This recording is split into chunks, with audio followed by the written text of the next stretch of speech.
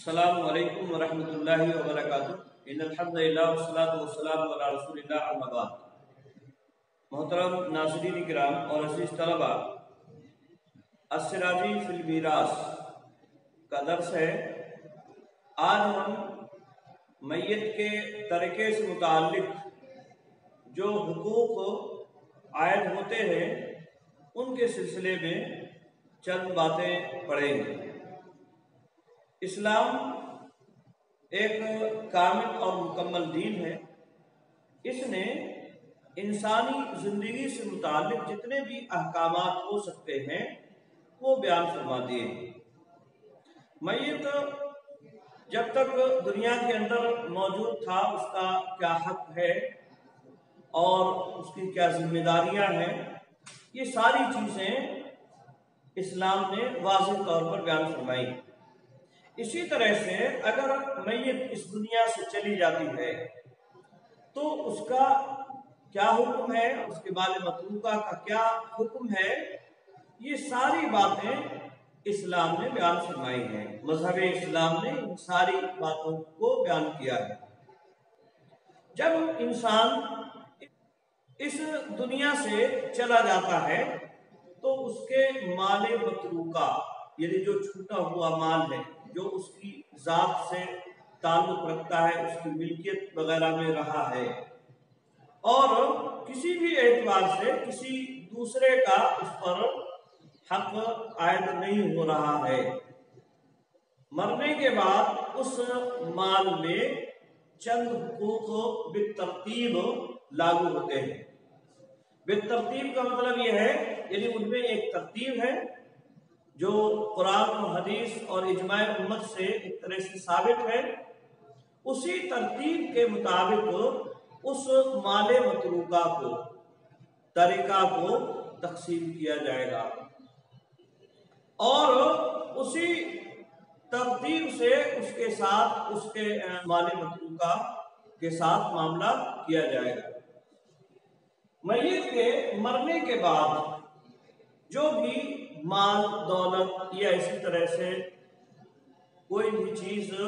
جو باقی بچتی ہے اس کے پیچھے رہ جاتی ہے اسے ترکہ کہتے ہیں، جیسا کہ اس سے پہلے اس سلسلے میں وضاحت کی گئی۔ یعنی جو دولت، پیسہ یا زمین جائیداد کی شکل میں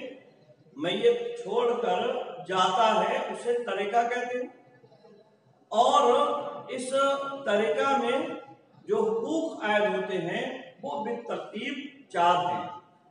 پہلا حق ترکہ سے متعلق تجہیز و تکفین، یہ پہلا حق ہے، تجہیز و تکفین۔ تجہیز کا مطلب ہوتا ہے تیار کرنا، اور میت کے مرنے کے بعد اس کو قبر میں دفنانے تک جو بھی امور انجام دیے جاتے ہیں وہ سارے اس کے اندر شامل ہیں۔ تجہیز کے اندر اس کا نہلانا اور نہلانے کے لیے صابن یا اسی طرح سے اور جو دوسری چیزیں استعمال میں آتی ہیں ان تمام چیزوں کا انتظام کرنا، خوشبو وغیرہ جو استعمال کی جاتی ہے، یہ جتنی بھی چیزیں ہیں وہ ساری کی ساری اس میں شامل ہیں، اور کپڑا، اس کا کفن، دفن تک جتنے بھی کام انجام دیے جاتے ہیں وہ سارے کے سارے اس میں شامل ہیں۔ تکفین بھی اسی معنی اور مفہوم میں آتا ہے۔ خاص طور سے کفن، اس کے جو کپڑے ہوتے ہیں ان سے متعلق جو چیزیں ہیں وہ اس میں آئیں گے۔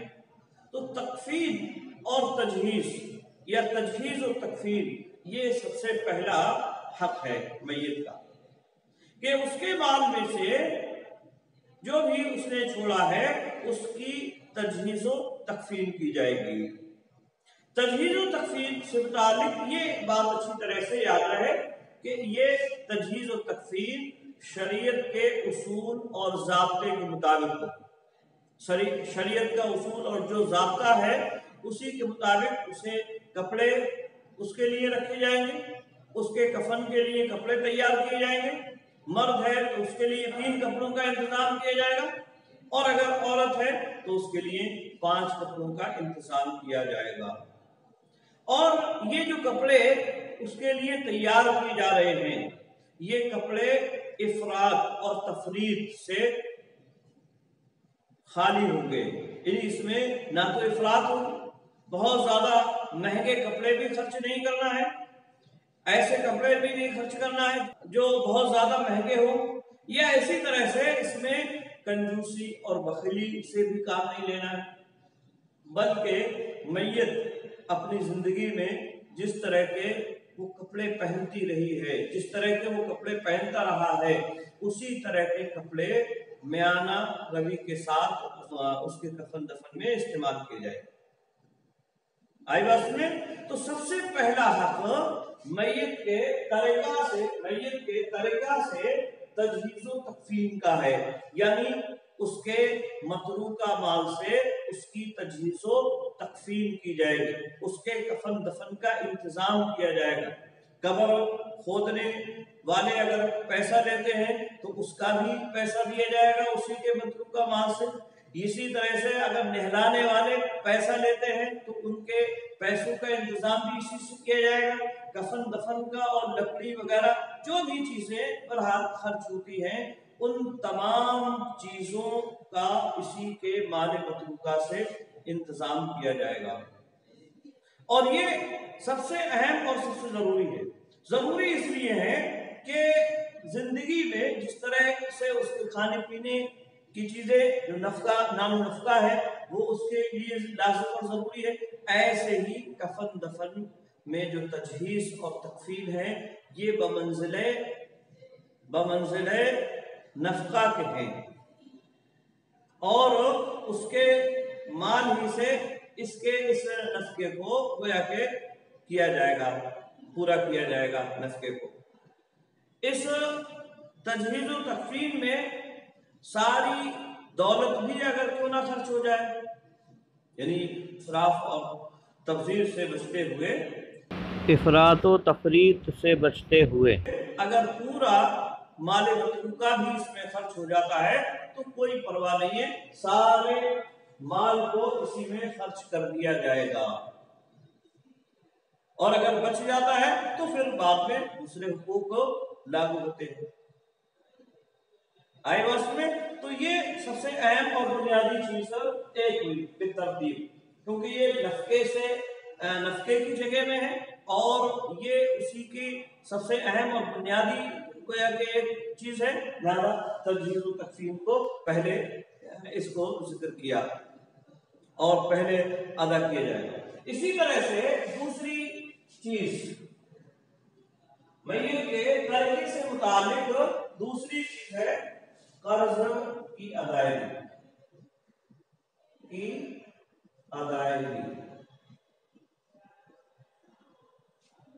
قرض کی ادائیگی یہ دوسرے نمبر پر آئے گا۔ قرض کا تعلق اگر حقوق العباد سے ہے تو اس کو مقدم کیا جائے گا، اور اگر حقوق اللہ سے اس کا تعلق ہے، اس نے زکوٰۃ ادا نہیں کی ہے، زکوٰۃ اس پر فرض ہو گئی تھی لیکن زکوٰۃ کو ادا نہیں کر سکا ہے تو اس کو بھی ادا کیا جائے گا، یہ بھی اس کے مال متروکہ سے ادا کیے جائیں گے۔ اس میں بھی یاد رہے کہ قرض کی ادائیگی میں اگر جو بھی بچا ہوا تجہیز و تکفین سے مال یا نکاح ہے پورا بھی خرچ ہو جاتا ہے، کوئی پرواہ نہیں ہے، کوئی پرواہ نہیں ہے۔ اسی طرح سے میت کے ترکے سے متعلق تیسرا حق جو عائد ہوتا ہے وہ ہے وصیت کا نفاذ۔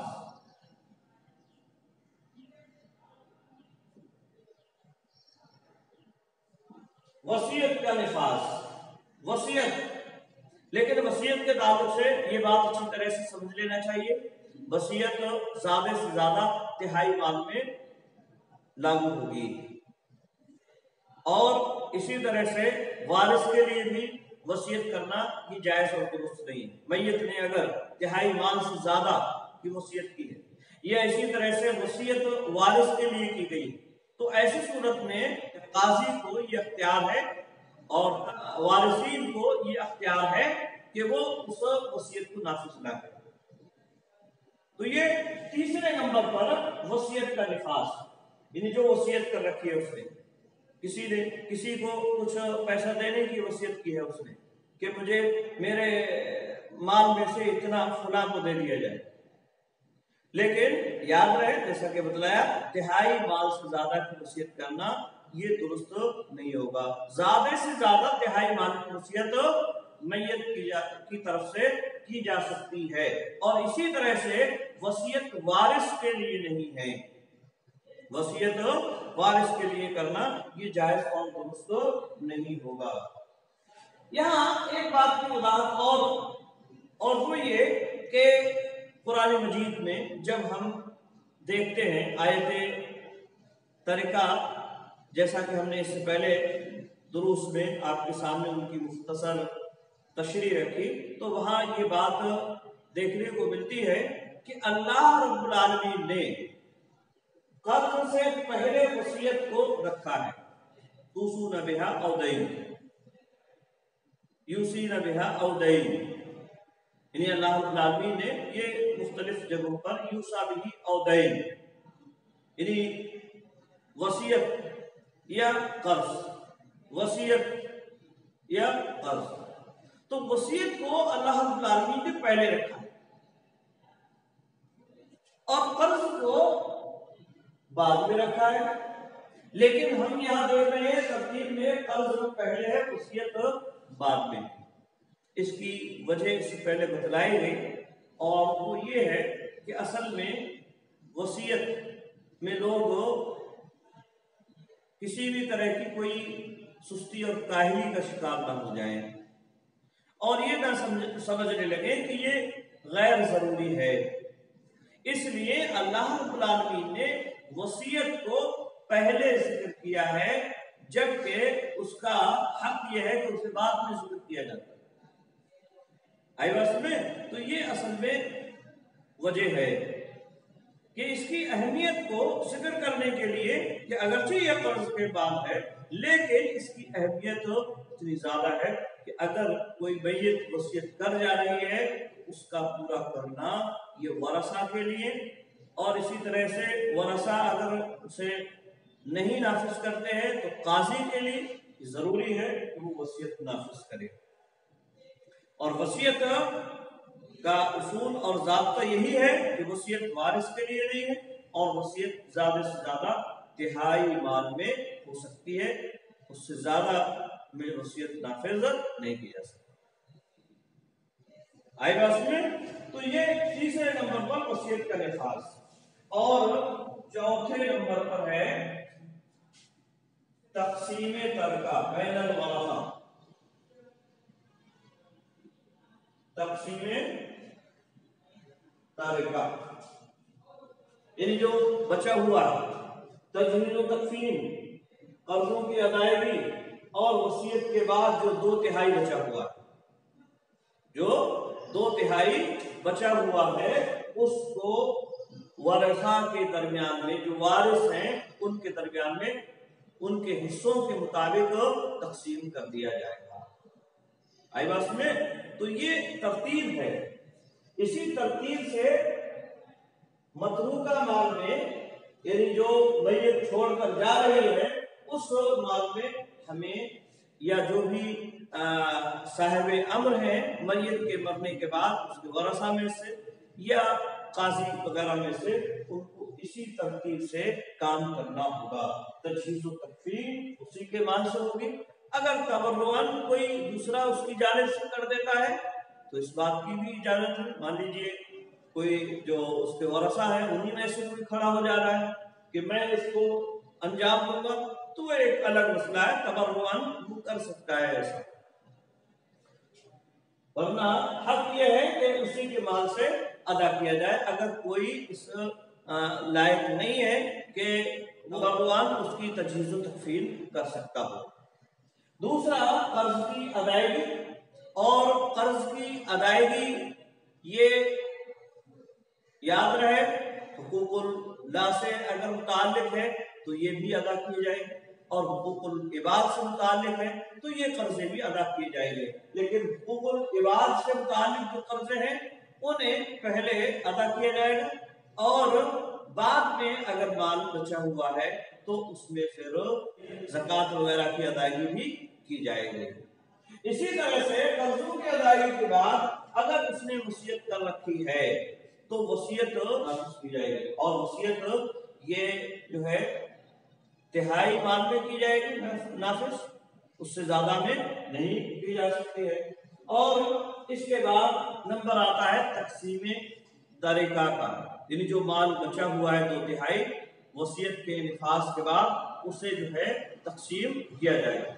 یہاں مؤلف نے جو عبارت اس سلسلے میں کی ہے اس کو بھی دیکھ لیتے ہیں۔ مؤلف کہتے ہیں قال علماؤنا رحمهم اللہ تعالی تتعلق بترکۃ المیت حقوق اربعۃ مرتبۃ، کہ ہمارے علماء نے کہا ہے، یعنی احناف، کیونکہ یہ حنفی ہیں تو یہاں علماء سے مراد احناف، یعنی ہمارے علماء نے کہا ہے میت کے ترکے سے متعلق ہوتے ہیں 4 ترتیب وار حقوق مرتبۃ، 4 ترتیب وار حقوق مرتبۃ، یعنی ترتیب دیے ہوئے۔ تو میت کے ترکے سے متعلق ہوتے ہیں 4 ترتیب وار حقوق۔ الاول، پہلا حق، یبدأ بتکفینہ و تجہیزہ من غیر تبذیر ولا تقدیر، ابتدا کی جائے گی اس کی تجہیز اور تکفین سے، یعنی سب سے پہلے اس کی تکفین اور تجہیز وغیرہ کی جائے گی۔ من غیر تبذیر، تبذیر کے بغیر، تبذیر کا مطلب ہے اسراف یا افراط، بے ضرورت خرچ کرنا، بلا ضرورت خرچ کرنا،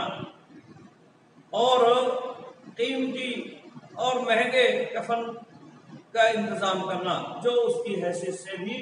زائد کے آئی بس میں، تو من غیر تبذیر، بغیر تبذیر کی، یعنی اس میں اسراف نہیں ہے، اس میں افراط نہیں ہے، اور ولا تقدیر، اور اسی طرح سے تقدیر کے بغیر۔ تقدیر کا معنی ہوتا ہے بخیلی اور کنجوسی، یعنی اس میں بخیلی اور کنجوسی بھی نہیں ہے، تفریط کے معنی، ٹھیک ہے؟ تو اس میں نہ تو فضول خرچی ہونا ہے اور نہ ہی اس میں کسی بھی طرح کی کوئی افراط ہے، فضول خرچی بھی نہیں ہے اور بخیلی بھی نہیں ہے، جیسا وہ اپنی زندگی میں عموماً کرتا آیا ہے، اپنی زندگی میں اس نے کیا ہے، اسی انداز سے اس کے کفن دفن کا انتظام کیا جائے گا۔ عام طور سے جو کپڑے درمیانہ متوسط طور پر اس نے جو کپڑے پہنے ہیں اپنی زندگی میں، اسی طرح کے کفن دفن کا انتظام اس کے لیے کیا جائے گا۔ ثم تقضى ديونه من جميع ما بقي من ماله، دیون دین کی جمع ہے، قرض کو کہتے ہیں، پھر پورا کیا جائے گا اس کے قرضوں کو، یعنی اس کے قرضوں کو ادا کیا جائے گا۔ من جميع ما بقي من ماله، اس پورے مال سے جو باقی بچا ہے، یعنی تجہیز و تکفین کے بعد جو مال بچا ہوا ہے باقی، اس پورے مال سے قرضوں کی ادائیگی ہوگی۔ اور یہ قرض حقوق العباد سے متعلق ہے یا حقوق اللہ سے متعلق ہے؟ حقوق العباد کو مقدم کرتے ہوئے پھر حقوق اللہ کو ادا کیا جائے، اور یہ ادائیگی حقوق العباد کی اس لیے ہے کیونکہ اللہ رب العالمین اگر چاہے تو اپنا حق معاف بھی کر سکتا ہے، جبکہ بندوں کا حق بغیر توبہ کے معاف نہیں کیا جا سکتا ہے، لہذا بندوں کا حق اس اعتبار سے پہلے ادا کیا جائے گا۔ ثم تنفذ وصاياه من ثلث ما بقي بعد الدين، پھر نافذ کی جائے گی اس کی وصیت کو، تنفذ نافذ کی جائے گی وصاياه اس کی وصیتوں، من ثلث ما بقي بعد الدين،